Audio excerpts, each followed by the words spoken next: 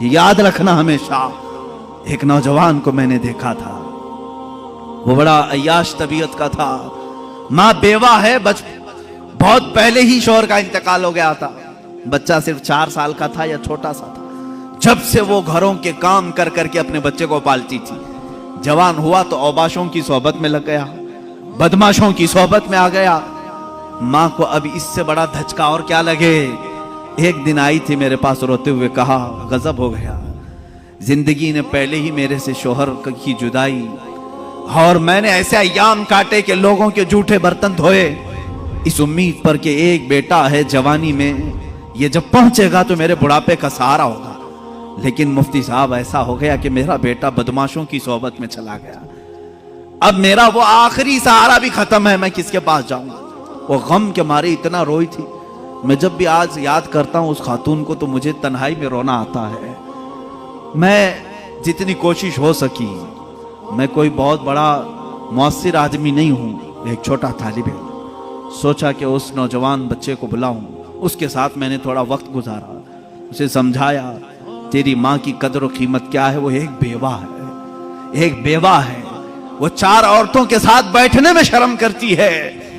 کیا تو اپنی ماں کے ساتھ وقت نہیں بتاتا؟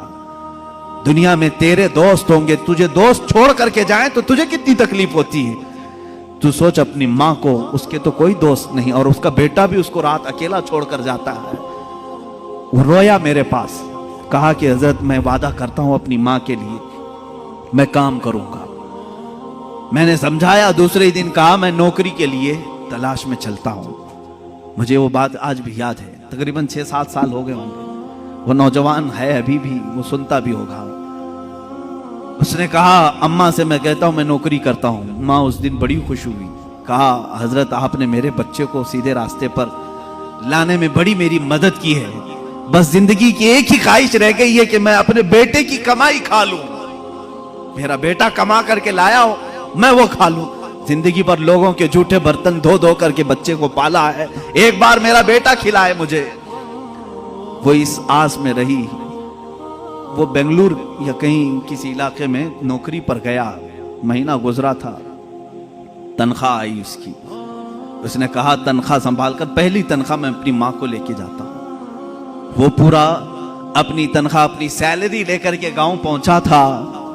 اسے پتا ہی نہیں تھا اس کے گھر کے پاس بھیڑ جمع ہوئی تھی. جب اس نے دیکھا تو لوگوں نے کہا کہ تیری ماں کا رات میں انتقال ہو چکا. اس نے وہ پیسوں کا لفافہ اپنی ماں کے قدموں میں رکھا. آج تک جب کبھی وہ ملتا ہے تو پھوٹ کر روتا ہے, کہتا ہے میری ماں اسی آس میں دنیا سے چلی گئی کہ بیٹے کی ایک کمائی کھا لوں. لیکن مجھ سے زیادہ بدنصیب کون ہے اس دنیا میں جو ماں کے کمائے ہوئے جھوٹے برتن کو دھوئے ہوئے کمائی تو کھا لیا, اپنے ہاتھوں کا ایک لقمہ میں اپنی بیوہ ماں کو کھلا نہیں سکا. اے نوجوانوں, کیا اسی کا نام زندگی ہے؟ کیا اسی کا نام ایمان ہے؟